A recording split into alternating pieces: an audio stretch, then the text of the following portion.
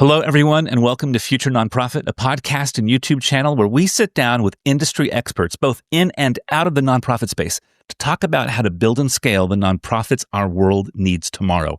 I'm your host, Ted Vaughn, the co-author of Culture Built My Brand and the co-founder of Historic Agency. If you have not yet checked out the audio version of Future Nonprofit, it is a highly produced, amazing 20 to 30-minute journey through each of our guests' stories. Be sure and check that out. Like and follow us wherever you get your podcasts or here on YouTube. And I hope you really enjoyed today's episode. We talked to some amazing people. If you had to explain to a 4-year-old that was genuinely interested in what you do for a living, how do you make money? What would your sentence be to a 4-year-old that makes sense of your job? It's so easy to explain my job because it's literally, I would say, we help people get clean water so that they can drink clean water and not get sick and get to take showers and baths. And a 4-year-old understands 100%. That pretty well. Yeah. In fact, they probably prefer playing in the mud. Absolutely. They absolutely do. Absolutely. Okay, well, let's start with a story of origin. And one of the things I've found is that in our lives, there are people who at a young age could be a coach, teacher, parent, uncle, somebody whose influence had an outsized effect on who we are today. In fact, maybe their voice is still in your head or their influence still shows up in how you lead today. If you had to kind of think through your story of origin, who's the person, family or friend or coach or mentor, whatever it might be, that has that kind of outsized impact on who you are as a leader today? When I was younger, back when they would have, I don't even know if they have this anymore, like the gifted and talented program where they would pull kids out of class. And I was in that program and, I had this sweet teacher, but she was really sweet. And she had taken an interest in me. And so she just encouraged my creativity at a very young age. So that was, in Shreveport, Louisiana. But her name was City Powell, and she was real sweet. So I think of that. There are things that in all of our family of origins that, are harder that also help make you who you are too. If you're willing to share, what's an example of a pain or an area of challenge growing up that has shaped you in a way that has been either redeemed or made you into the person you are today? Probably like many kids in the 80s, my parents got divorced when I was about 10. And I lived with my dad. My mom had left and she had moved to Dallas, and she had married someone who ended up being physically abusive to her. And there was a period of time where I lived with her and him, and that was in high school. And it came to the point where I had to sort of physically intervene. And then, I called the police and they came, and then I helped move my mom back to Dallas where we had lived. And, I think so much of my passion, and I know we'll talk about my work, but so much of my passion is for vulnerable women and children. And so you will see that here, why I work at Charity Water, because clean water, it impacts girls and women disproportionately, my career at IJM and before.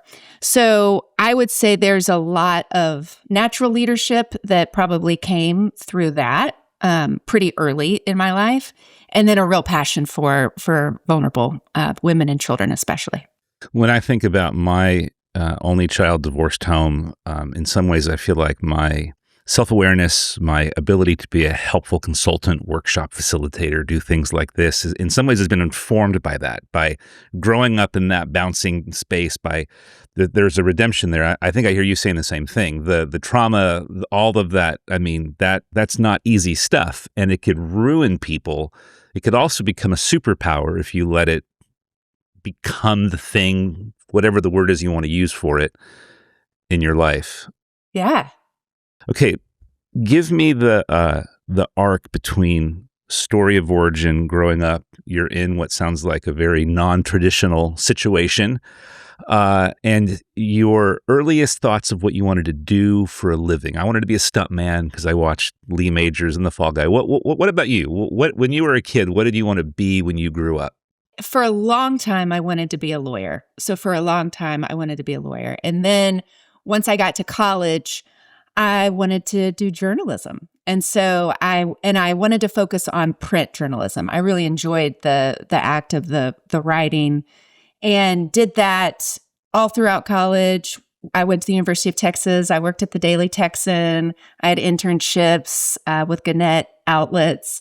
And by the end of college, I was like, I don't think I want to be a newspaper reporter. And my dad said, well, that's really great. I'm glad we've helped you figure out what you don't want to do. And so I ended up I went to work for KPMG. This was in the high-tech heyday, Everyone was this was 99, 2000. .com, Austin, we were still in Austin. And so I worked for the firm, and part of my job was trying to find, small startup techs that had not yet gone through their IPO, because that's where the billable hours happen. And so did that for a while, and I loved it, and I loved the marketing of it. There was some advertising, so I went back to graduate school, and I got a master's in creative advertising and business. And a lot of it was on copywriting, which I love. So the newspaper writing is very objective. It's very, you're trying to be neutral. Creative advertising is you're trying to actually persuade people and bring them to a certain point. And I loved it.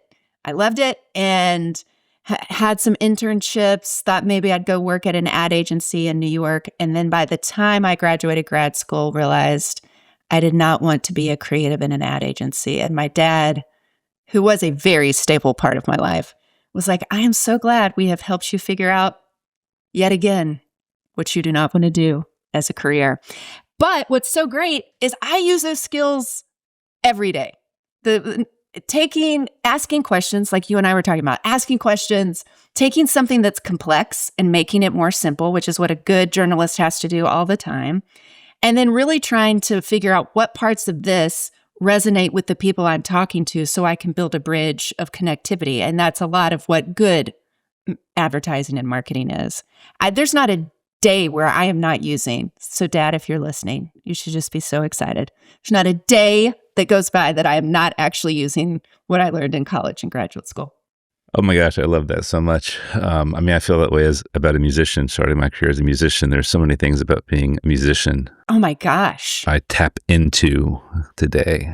The perseverance that you have to have as a musician, or a musician. No, it is like a magician sometimes, actually. But as a musician, and the going out and the grit that it develops in you. Wow, I can only imagine. So it doesn't sound like you knew at the age of 8 you wanted to be a nonprofit leader. I didn't even know that was a thing, right? I didn't know that was a thing. And I really got into my nonprofit work by being a fundraiser. So how I made my way into nonprofit work was there was a role actually at the University of Texas for the college where I'd gotten both of my degrees. And because I had done some new business development with KPMG, I had a friend who said, hey, there's this job. It kind of combines stuff you'd done before. And I so obviously loved the University of Texas and still do very deeply, and thought, oh, that would be a real easy thing for me to talk to people about. And so it felt a little random, I'll be honest, because it wasn't something I'm a real, hey, I want to do this next and work towards it. It's just something I fell into. We also needed health insurance. My husband had just started his new business. And so there were some real practical needs that sort of drove me into it. And then I fell in love with it because it was working with what you would call a nonprofit major donors, and just getting to know people and donors especially is such a gift. Talk to me about your family, your husband, where did you meet? How many kids do you have? I know you said you had boys, but give us kind of the overview of that side of your life. I met my husband when we were in college, got married when I was 22. We've been married a very long time. So he's a UT too. He's a UT. His dad went to UT. His brother went to UT. Oh, wow. So we're real, and I worked for UT. I mean, I went there. undergrad, graduate, was there for 5 years as a fundraiser. So we met in Austin. We stayed in Austin. And then we had kids. I have 2 boys. I've got one who's a sophomore at the University of Tennessee in Knoxville, and then one who's a junior in high school. And of course, he'll be going to UT because at least one has to, is my... Okay, here's the deal. It is real hard to get into the University of Texas these days. It really is. There's a minimum that the state has where you have to be at least 6%, the top 6%.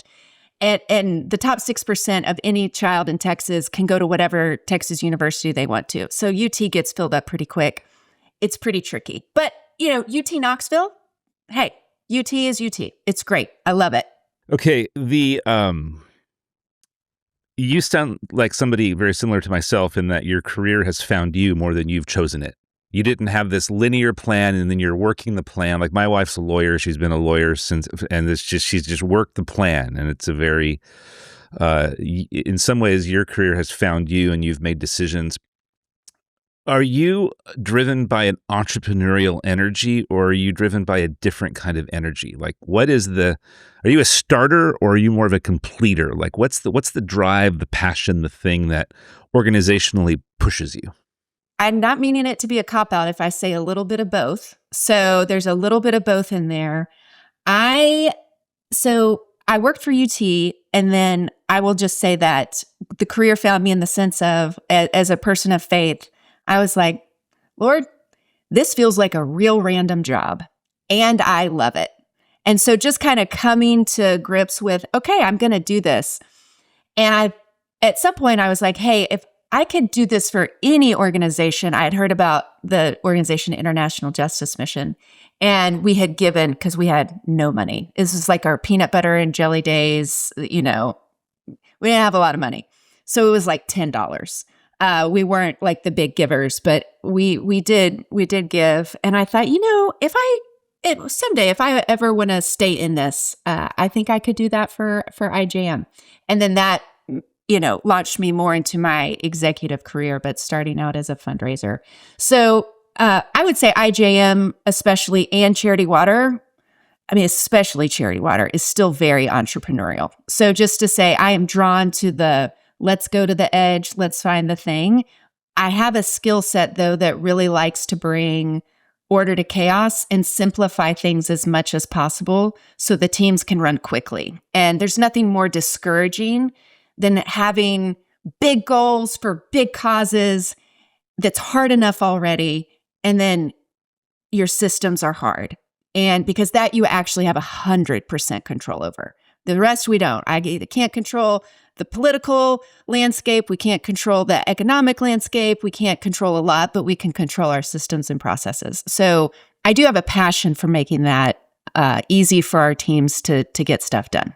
KPMG, like going to, your first year in a law firm or McKinsey, there's a grind there. There's a partnership track. There's a, you're still not there. So clearly you found your way out of that pathway. But what did you learn? What did you love about KPMG? How did it shape you? And how did you find your way out of that kind of force field of partnership journey, that they suck you on? Absolutely. Okay. So you have to understand, I worked for this partner. His name was Fred Tedesco, ended up being the managing partner of the Austin location at some point. And he let me do stuff I was not qualified to do at the time. He just really did. And I think at the time, especially, you had Austin, which has this high-tech energy, and then we had marketing teams in Dallas and Houston. And you'd have to understand Texas a little bit, but Austin is a very different vibe than Dallas and Houston. And so Fred had the vision of, we cannot bring marketing techniques from Dallas and Houston into our scrappy, high-tech, like those soon to become IPOs are not going to want to engage with us. And so Fred just gave me a lot of empowerment. So I will be honest, that's one of the most entrepreneurial places. I don't want to say it's more than any other, but it was just as entrepreneurial because of sort of the walled garden I got to play in. I got to kind of invent stuff and run with stuff. And it was a joy. It was a joy. In some ways, this is such a reoccurring theme on this show. That earlier question of who's influenced you, it sounds like Fred had a tremendous outsized influence on who you are today because of that permission, because of that leadership style, because he was willing to play ball differently given the context that he was in. Yeah, absolutely. And I've been drawn to places where I just have a lot of freedom to get it done. I love big goals. I love aggressive goals. I don't want you to tell me how to get to those. Like, I want to be empowered and I want to be held accountable. And those two things go together. You can't have, and I tell my teams this all the time. I don't want you to be accountable for something you're not actually empowered to get done, because that also isn't great. So I have worked in places where I had a lot of opportunity to build stuff. So within structures, I think, to go back to your question, some bigger structure organizations with entrepreneurial within those constructs, freedom to get done what we need to get done. I want to turn the page because I think there's a lot of ground to explore around leadership today, Charity Water today. It's not the yesterday Charity Water, it's today. I've heard Scott talk. I know Ben and Thaddeus. Yeah. And, so I continue to be so impressed by what that brand stands for. Among all brands, in my opinion, we're competing in a different world. Totally. Okay, so I want to get there. I want to turn the page and go there. But yeah, absolutely. Absolutely. When you think about the decision to move into the nonprofit space, was it for you a cognitive shift of I'm leaving for-profit, going to nonprofit, or was it for you more about I'm chasing the mission that I want to give my life to? It didn't matter whether it was for-profit or not. Like how significant was that in your head as you were moving into the nonprofit space? So again, it was, we need health insurance. And obviously, I really like the College of Communication at the University of Texas. We've spent a lot of time and money here, so that will not be hard for me to communicate to people. That's about how much thought it was in that. And I do think, especially because I get asked that question a lot from young leaders, and I'm like, hey, sometimes the way in which your decisions go, the way in which your path unfolds before God might be you need health insurance. And that's why you get into it. So I will say how I got into it was that way. As I spent more time into it, was very drawn to missions, again, that serve the most vulnerable in communities. And that tends to be women and children globally.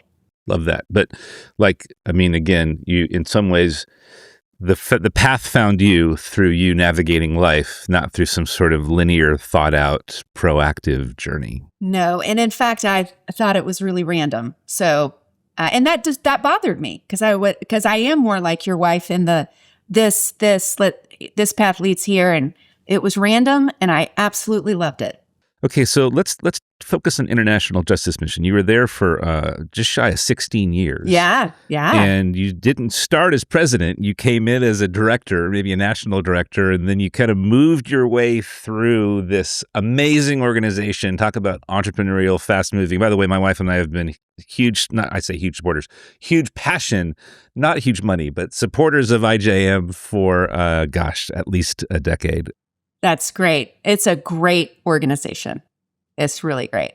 But all that said, give us the thumbnail about IJM. You were there for 15 years, the journey, the growth. How did it prepare you for Charity Water? Joined, I think we were about 18 million at the time. I was a frontline fundraiser. I worked in Texas. And then after a period of time, my boss was like, hey, would you consider moving up to DC and leading this major donor team? And that kind of hit us at the right time in life. We loved Austin. We still do. Some of our very closest friends live there. But this was an interesting opportunity, so we took it. And then from there, it grew. So it grew from leading the fundraising team to leading all of US, to leading all of global fundraising. And then we had a structural shift where instead of leading verticals, you led at the regional level. So not only did I lead the fundraising and the government engagement, but it was also the HR and your FP&A functionality and your counsel. So that led me more into an administrative role, which I truly love. This is maybe one of the questions I hear so often in people, and that is the journey from being an operator to being a leader of operators. Now, you clearly are in a role today where you're a leader of operators. You have to be. You can't just be constantly white knuckling and controlling and leading everything. You have to lead those. So your contribution to Charity Water is leadership. And it seems like at International Justice Mission, you were on a journey of the same thing, right? You were an operator to a leader of operators. On that continuum, you can't be in the perfect middle. Where do you feel like you tip? Are you hardwired? Are you passionate about operating and doing it and rolling up your sleeves and getting it done? Or are you more passionate about leading operators, even if it means you can't be the one rolling up your sleeves and getting it done? I'm way more passionate about leading. Leading? I am, because it really fits what I would say my strengths. So if you do a strengths finder, my first one is individualization. So I see the talent in people and how things fit together. And so that brings me great joy. I think that transition from operator to leader, what I learned in the first time I did that, and now I do that with every different role I take on, is you have to be very intentional about how you define success. So even though it feels like it's straightforward, I remember the first time I went from fundraiser to leading a fundraising team, I realized I had to say, I need to hire people who are better than me at this. I need to make their success my ultimate success. If I'm still defining my success by my great ability to get a $10 million gift, even though I know that's not my job, but if that's still somewhere sitting into the back of my head, it's not going to line up. The team is not going to have success. And so I have done this over and over and over again, where it's like, hey, it's no longer the best ideas need to come from me. My new criteria for success is I have to find the best ideas. So if my new criteria is success, finding the best ideas, I'm going to want to bring as many people in. I'm going to want people from the inside. I'm going to want to give them credit because I found it. I found the idea. Now they had it, but you see what I'm saying? It frees you up. So I always have to be intentional about how do I define success in this next role that I'm going in. This is such a gap. I think often we see this a lot in law firms, and I'm sure accounting firms. You're really good at lawyering. You're a litigator. Let's move you into leadership. Yeah. It's like, well, maybe that isn't necessarily the obvious journey for the person who's a great litigator. You know, my wife quit because she couldn't handle unethical opposing counsel, and they wooed her back because she was a great leader, and she's never looked back. She gets to lead in a law firm, but not have to worry about going up against unethical people. That being said, I will say I do love the engaging with donors. So anytime the team can bring me in to do that, and Scott's so amazing at that, and he loves that so much. So that's a lot of where he spends his time. But I do love that part. I do still love that part. And, you know, in your role, if you have to be really good at anything, that's probably a really good thing to be good at. Sure. Yeah. Not fumbling the ball with 7-figure check writers. Sure. Absolutely. Okay, let's talk about, again, International Justice Mission, then we'll turn the page. You were president for a number of years. Yeah. I think 4 or 5. As president, this is going to be a hard question, but maybe it's an easy question. What was the worst decision in hindsight you think you made, and what was the best decision you think you made during those 4.5 years as president? I think many leaders would say, you know, sometimes when you know someone's not a fit for a role, not doing that sooner, having some conversations sooner than I did. That has been a growth area, and one I think I'm able to much better have those conversations just at the appropriate time. But I would say there was probably 1 or 2 times, and that's not great for the person in that role, and that's not a kindness, and that's not a kindness to the people they're working with. And so I would say, yeah, there's some conversations I should have had earlier. What about the best decision? When you think back about your time, those 4 or 5 years as president, what decision would you most want to? That is so not even hard for me. What a great young group of leaders that got to grow. Meaning to say, like empowering these amazing leaders to run and grow and use the skills that they are gifted with. And again, that doesn't mean you're not speaking truth and you're not engaging in a real way, because again, clarity is kindness. But that hands down just was the best decision ever. If you aren't opposed to doing it, or you don't feel like it's inappropriate, brag on one of them. Well, so here's the thing. I just had coffee today with one of them, and I've got 2 of them who work on my team. I'm going to be honest. I feel like if I just pick one, it's not going to feel great. 100%. So, but I will just say in general, because they are all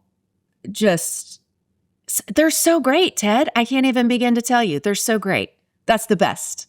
I know a few of the leaders you've poured into, and they tell me the kind of leader you've been, and it's made a huge difference. That's super kind. I appreciate that. Thank you. Okay. Why Charity Water? International Justice Mission, this amazing place.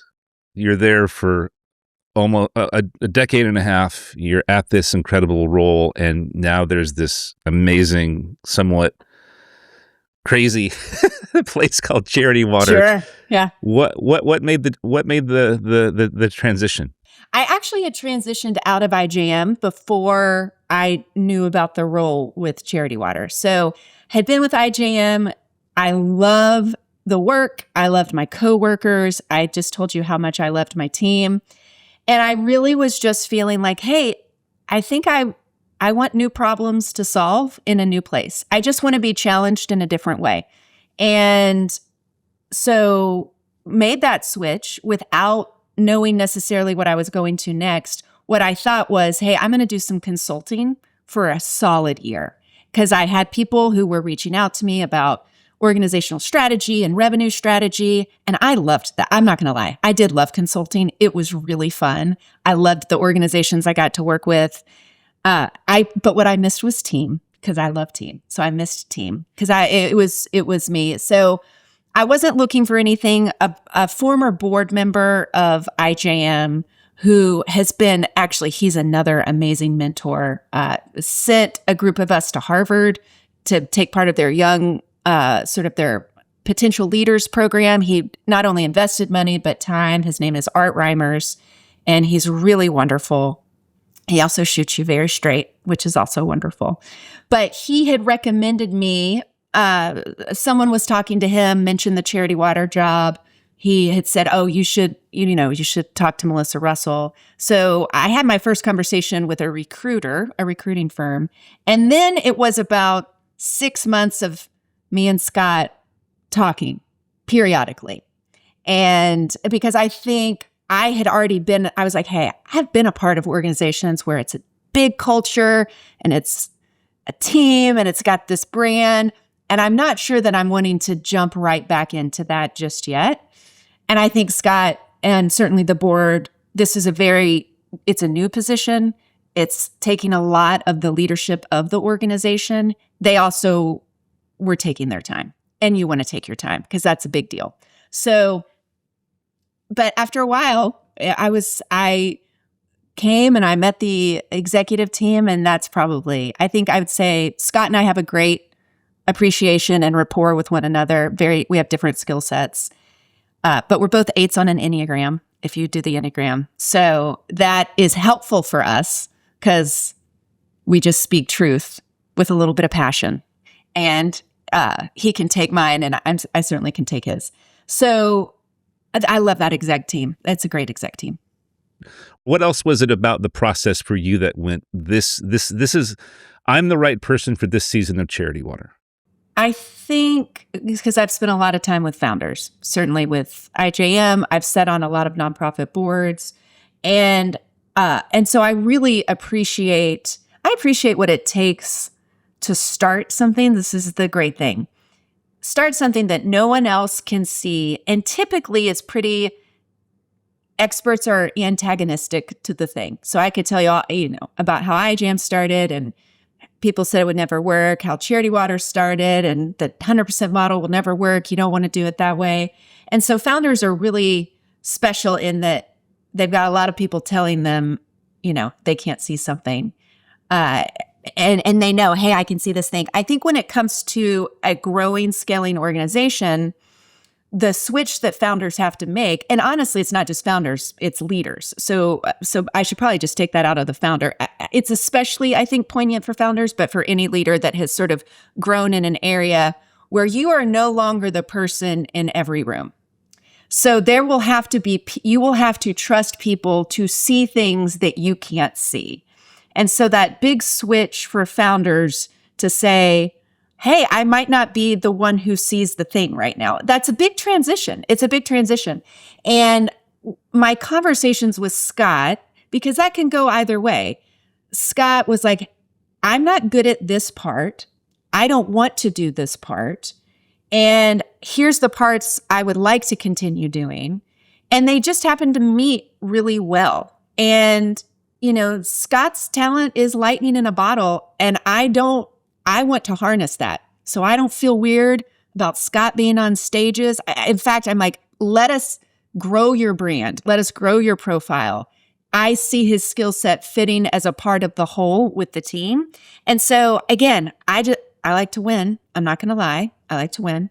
And winning in the best way of like, hey, let's get more clean water for people. And so that means positioning our founder, who's exceptionally gifted in these very wonderful ways in specific places, and really harnessing that while also growing up leaders within the organization and making sure our executive team is getting leadership teams for their divisions, and that we start thinking of succession planning as soon as someone, like my first day on the job is thinking like, who's going to take my place? Who's going to take my place over time, so that if I ever were to transition out at some time, that the organization doesn't have any blip at all. What's your take on vision for a mission for a nonprofit? I work with, part of my day job is running a kind of consultancy for nonprofits. And a lot of the questions that I help leaders, founders, organizations answer is vision. And sometimes, depending on the organization, it feels like going out beyond 3 years. Having a strategic vision where you can have a measurable picture of success in 3 years is right. Then I talk to other people who feel like we need that decadal, that 10-year, the horizon, how do you think about vision and the future of Charity Water given today's pace of change? Oh gosh, we talk about that all the time. The vision is still the same. It's very much to end the water crisis. So for us, in terms of the vision, that's still there. We're very specific about where we play, how we work.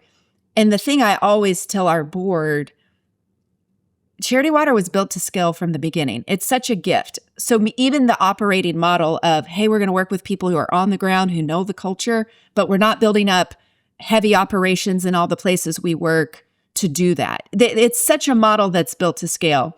So it's still to end the water crisis. And you absolutely have to have a 3-year goal and vision. What does that look like? How are we pacing this out? So if we hit here, we hit here. So you have to have both. You absolutely have to have both. The vision of ending the water crisis it serves as almost a clear vision, but also a passionate slogan. It's an external facing idea as much as a measurable, it's meant to be compelling and clear. It's like a world without autism was one of the brands I worked with. And it's that kind of statement. And your team needs that. And we have even in the last year, the team is very much, because we've got, sort of a 5-year, every nonprofit right now has like a 2030 vision or a vision 2030. We all do. We all have them. But our team is like, we want to know the bigger, deeper why I wake up in the morning. And so even refreshing that, it's really important. Your team needs it, not just your donors, but your team needs it. One of the challenges I often find in nonprofits is that they have this incredible brand and they have this incredible promise they make to donors and the work they do in the world, but they struggle to interpret it or make it real to the staff, to the employees.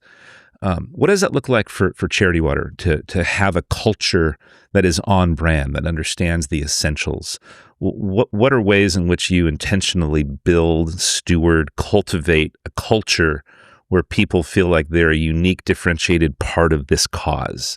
I think there's probably a lot of even tactical ways you can do that in your team meetings, in the reminding, in the onboarding, in the how we show up, in the values.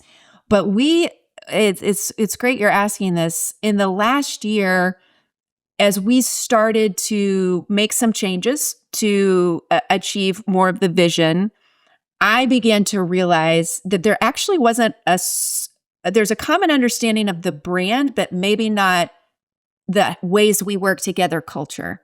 And so that is super important that you have a shared ways of working. And if you think it was a great organization that was headquartered in New York, everyone was all together, then we went fully remote.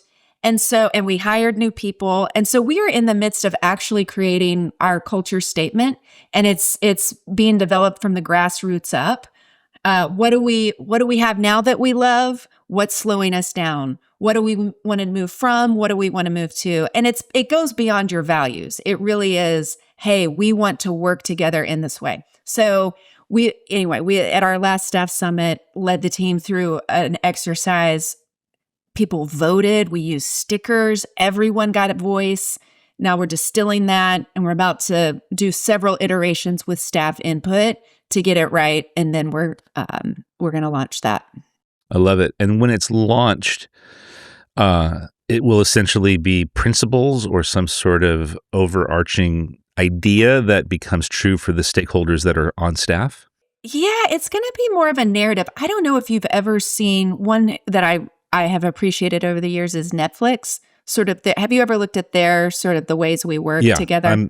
I'm a huge fan. No Rules Rules. It's been an incredibly influential book in my life. Yeah. So even what they put up on their website and sort of here's the way we work together. Here's what we value.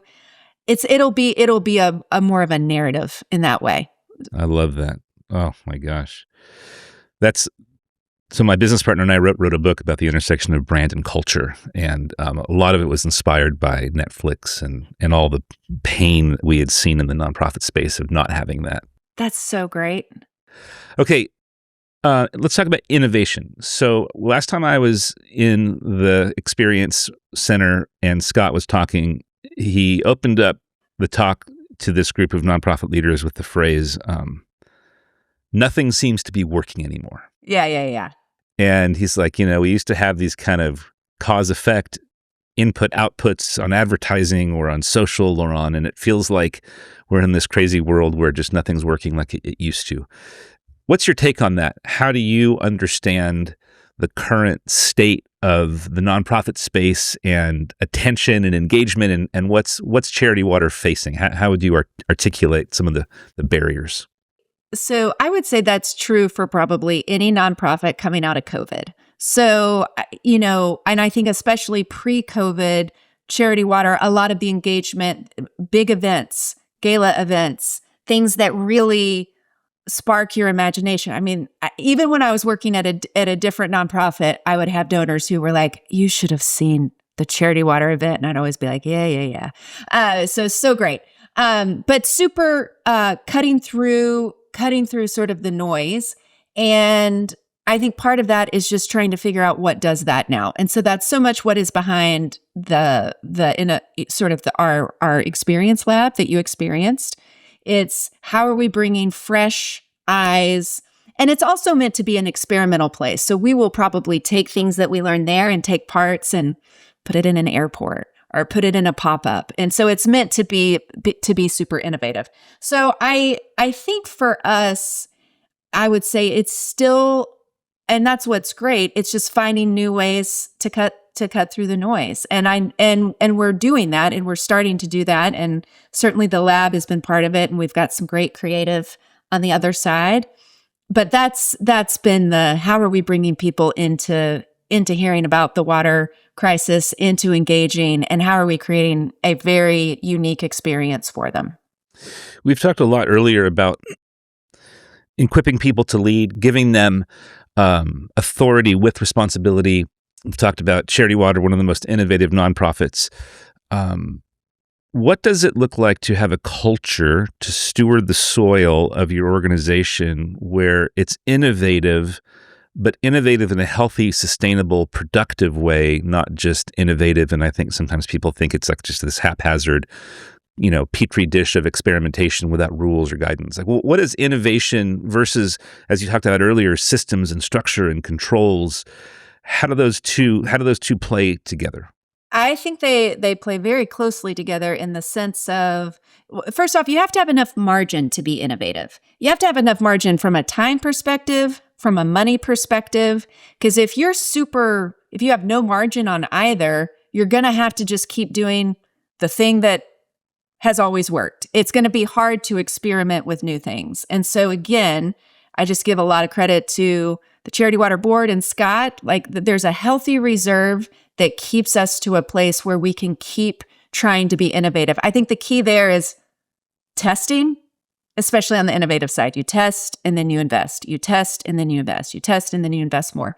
And so, I would say that should also follow, there should be a business case for that. And we should institute, accountability, and when are we going to pull back from something if it's not working? And so I think that's a lot of what we've been building over the past couple of years. Are what are the, because what Charity Water doesn't suffer from is innovation and creativity, but the sort of the mechanism that allows for that to happen at all places in the org, and we have an amazing staff. It's just so truly very creative. How do we let that happen at every layer?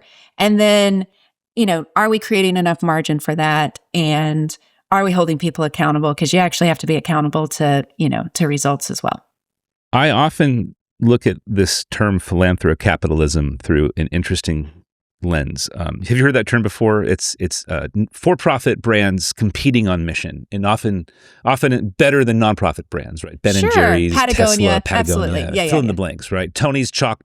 I mean, there's a ton. And every brand in some ways is wanting to think about brand citizenship, how they give back, how they make the world better.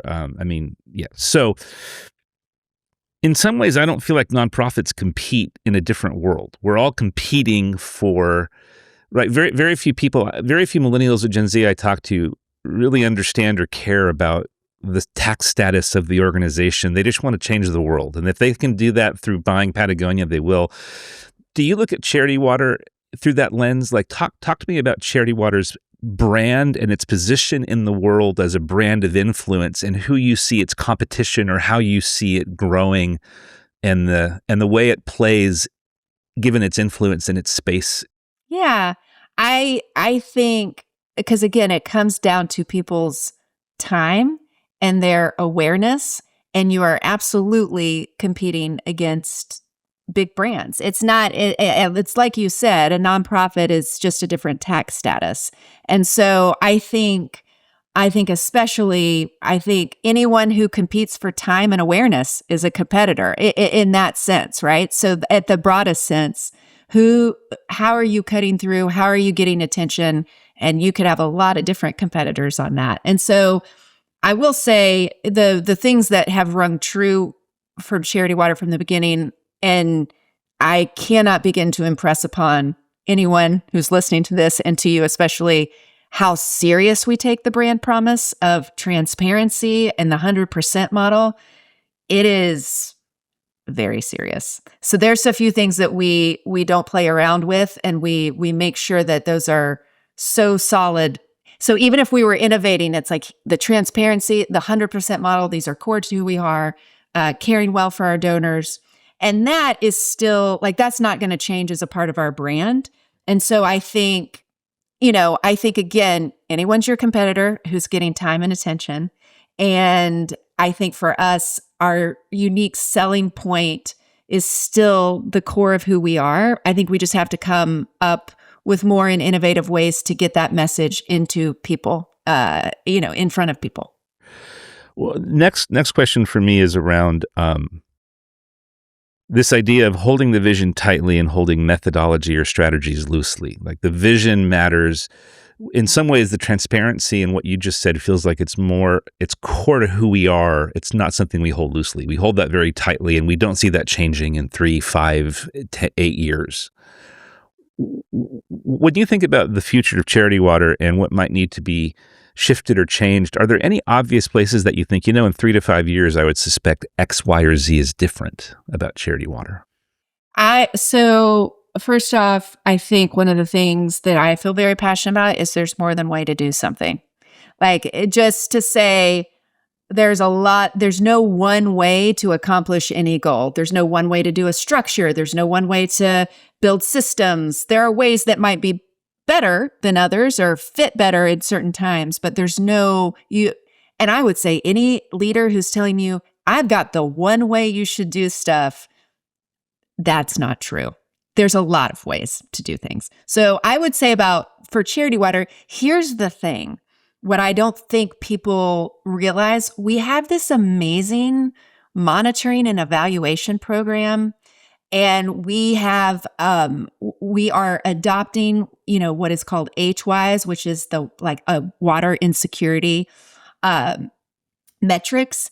And we have more data than anyone else in the space. And these are the metrics that are going to be adopted by the UN. At some point, they're going to do a much wider lens of water insecurity. And it measures is in the same way you would do for food insecurity. And so there is so much programmatic excellence. We're a beautiful brand. We have beautiful communication, so great. But I will tell you, our monitoring evaluation team, our program team are like none other. They are so top notch. And I don't think we communicate. Because it's a little more technical. It's harder to put in a soundbite, but I do think that there especially are institutional donors, there are foundations that are looking for systemic and sustainable change, and we really do measure that. And so I think there's a part of communicating the breadth and depth of Charity Water's work that you will see more of in the future, because I think that's a space where we can communicate about that more. And we should. When you have an opportunity to talk with other nonprofit leaders, coach other nonprofit leaders, what do you feel like the contribution, the most significant contribution Charity Water has to make to this broader world of nonprofits? Like, what's the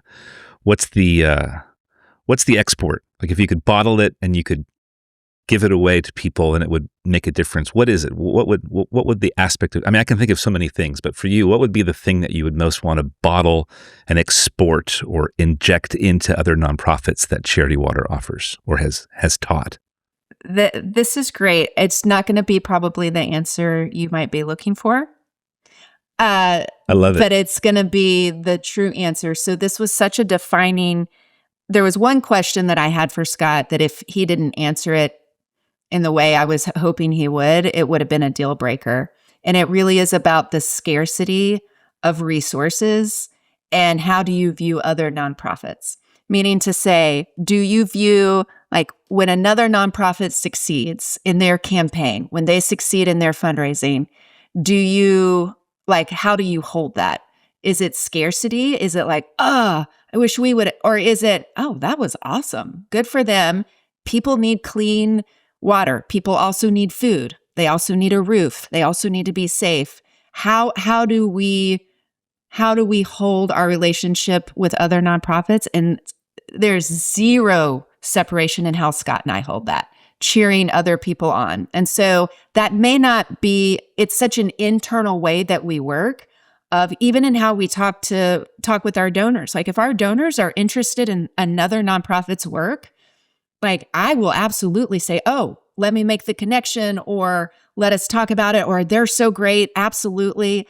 And do that real generously and open-handed. And that is super important. And I'm not saying that other nonprofits don't, but I'm saying that is something that from the very top of the leadership is we want to cheer other people on. And the water space is, there's a lot of brands. Yeah. And I think what's great is that your vision doesn't force them out, because it's not, the vision is Charity Water's way. The vision is that we see this crisis end.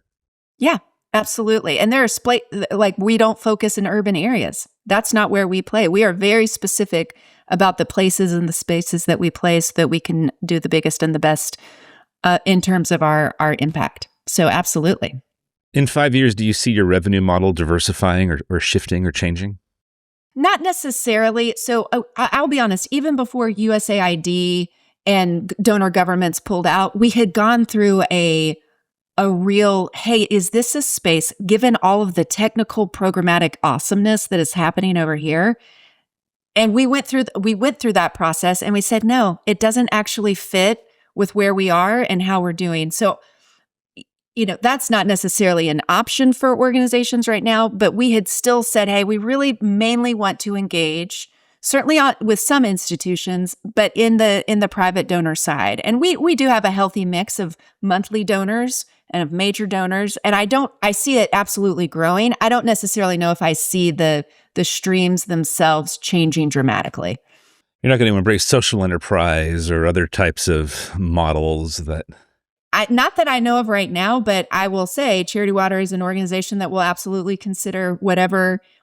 Yeah, absolutely. So I'm not saying emphatically no, but I don't see that right now. When you wake up in the mornings, what is the most exciting dimension of the work that you get to do in the role that you're in today at Charity Water? And then the flip question, when you wake up in the morning, what are the things, or what's the part of the role that you kind of, it's the hardest, or the thing that requires you to, get the stamina to lean in? Yeah. So I think the thing I love my team. I love a team. My one-on-ones are very life-giving to me. I especially love seeing people grow in their skill set. I'm consistently saying, where is it you want to go? What is it you want to do? What are some things we can be investing in? Even in the, is there an eCornell course we need to get you on? Is there an opportunity to speak in front of the organization? Like, what is the thing? What are some very tangible things that we need to get you there? So that's always super life-giving. I feel and I hope that we're creating a space where people can ask hard questions and feel safe enough to do that. And so when we have, I've got a town hall on Monday, I like it when someone will raise their hand and ask a hard question, mainly because it just is communicating to me, you've created enough space and place where people know that they're valued and that they're not going to get in trouble for asking a hard question. So the harder the question is, I've tried to say that that's not a new thing for me, but I'm like, the harder the question is, don't be afraid. The better I feel. So if you're asking me a hard question, it's only making me feel good that at least we've created a space for you to ask that. So that can also be really life-giving for me too. I want to tease that out before we move to what's the hardest aspect of the thing that you wake up going, how do you do that? Like I feel like so many leaders that do this naturally almost talk about it flippantly. And yet there's so many places in leadership where people don't know how to build a bridge over their power, don't know how to create an environment where it's safe to be honest, don't know how, or just don't think about it or don't do it. What are some of the practical things, whether intentional or just perhaps by nature of your hardwiring, that create that safety to be honest, that create that bridge over your power? Because honestly, sometimes senior leaders and nonprofits are the most self-deluded leaders in the entire organization because of that. How does that happen? Well, and again, I want to be clear, I'm probably not doing it perfectly. So, but but it does encourage me certainly when it happens. I mean, I'll be real honest. I go to therapy once a week. I do, because we are all bringing something to the table. And if you're not aware of what you're bringing to the table, especially as a leader, it has an outsized impact on the organization. So whatever baggage I'm bringing, because we all have it, and the more I'm aware of it, of my triggers, of what old story I'm telling myself that's here, the more, if you are, if we're in the middle of a conversation, I can be like, oh, I'm feeling triggered right now, and I don't think it has anything to do with what you're talking about. I think this is something that's more within me. So that's a really important part for me. Other people do that by meditating, or they do that by stillness, or they do that a lot of ways. I really use my therapist in a way that is, I'm often talking about my leadership, and I'm often talking about situations. That's very important. Here's what I will also say I learned. I think in creating a diversity, sort of equity and inclusion program in previous roles, I had to first be aware of my own unconscious bias. So like really doing the individual work before trying to put that in an organizational sort of setting. And then I do think anytime everyone knows, hey, it's actually great to have diverse opinions around the table. I think but it's the second step. So if you do that, if you've got a place where people have different points of view and they are free enough to express them, that you have naturally created conflict by design, on purpose. And I think especially in nonprofits, because really nice people work at nonprofits, like they're not jerks, like they actually are great. But if you don't create enough space where conflict can be held, so then you're trying to shut it down, or you feel like you're like, oh, this feels awkward. We're having conflict right now. And you're like, yes, literally you did that on purpose because you created diversity of opinion and they're safe enough to do it. And so now you actually have to build a muscle to hold conflict and to say, okay, let's work through this. We're going to make a decision, but that holding conflict part is something that leaders have to learn how to do. It is uncomfortable to have people express things and disagree with each other, and let it sit and talk about it and work through it. Yeah.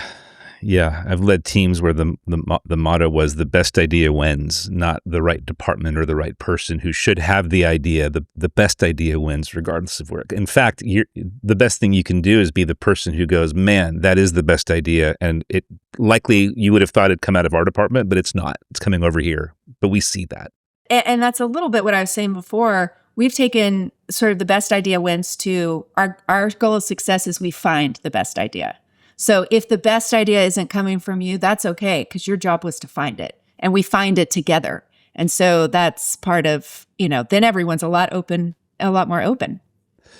Okay, you wake up in the mornings and you realize X, Y, and Z about your role, and it kind of what's the piece of the job for you that right now is not perhaps the most fun, life-giving?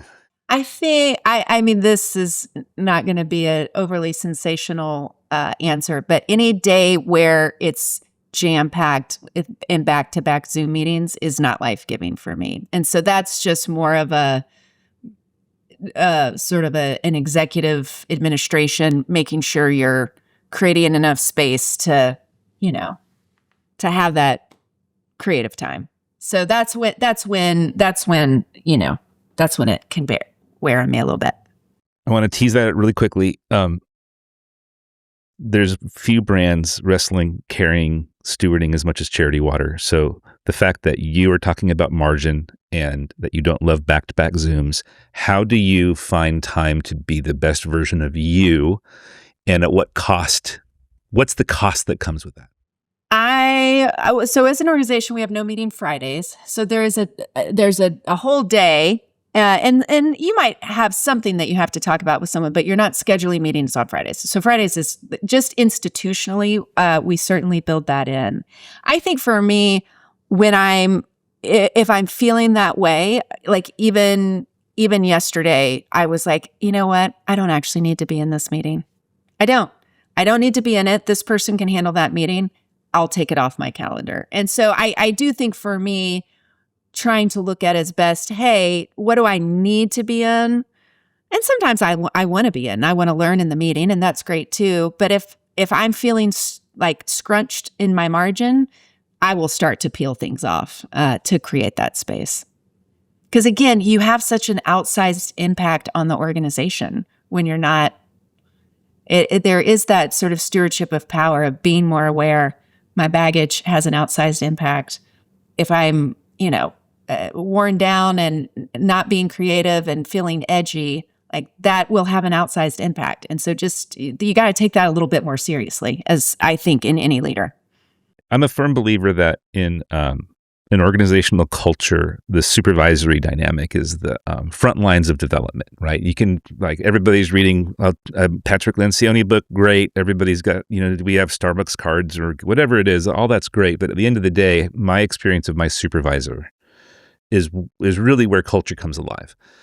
So what does it look like for you? Like, how many people do you lead directly? What is because again, I also find that at the top of the organization, what happens there cascades down and shapes culture. It may look different. It's not always the exact same given the roles and title and responsibility and all that stuff, but there's some patterns, there's some values, there's some, what does that look like for you? You have this amazing team. It seems like you lead them well. What are the patterns, the rhythms, the commitments that you have to doing that?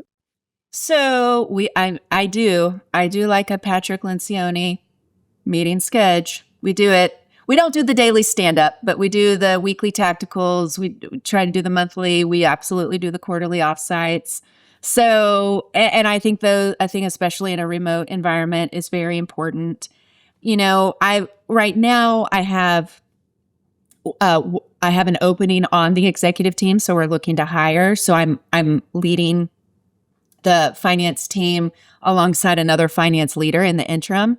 And I will say, I wouldn't be able to do that long term. Absolutely loving it. Like loving getting to see the machinations. They work so hard. It gives me a good view into, and where I can help. Like, it's not bad. Sometimes if the president's on your team for a little bit, I'd be like, well, I can fix that for you. So, and doing the same with our people team too. So I enjoy that. And I do, because I really do love the people. 100%. Because I do think it's really important to understand how things work. It's really important to understand where those, There are times to get close to the work. Yes, absolutely.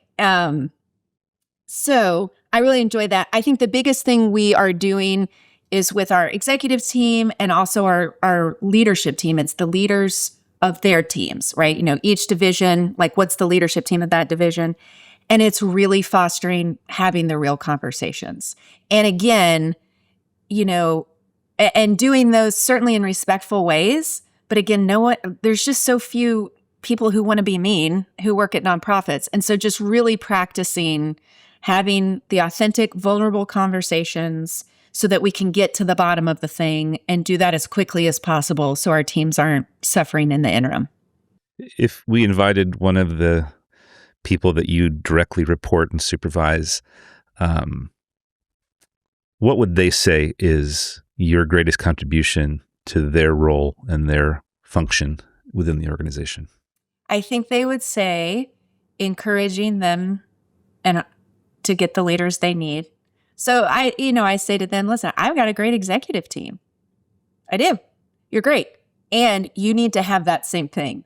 And if you don't have that yet, like you need to be able to build that. And now you're accountable to me to build what you're supposed to deliver for the organization and making sure you're not dipping down, but you're actually empowering people. Because the closer, whether it's on the revenue side or whether it's on the program side, it's the people closest to whatever it is that need to be empowered the most because they're the one in the room where it happens. And so I think they would say, Melissa is very calm and she has helped me see the need to build out my leadership team.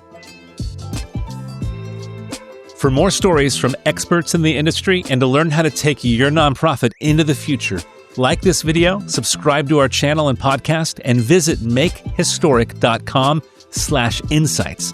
Thank you so much for listening. I'm Ted Vaughn, and this is Future Nonprofit.